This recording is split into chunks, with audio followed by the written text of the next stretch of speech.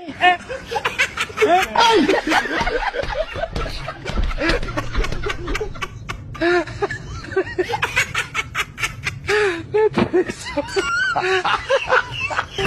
be someone style.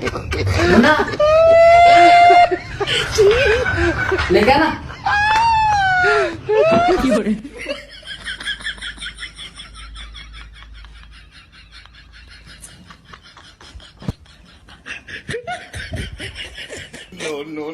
No.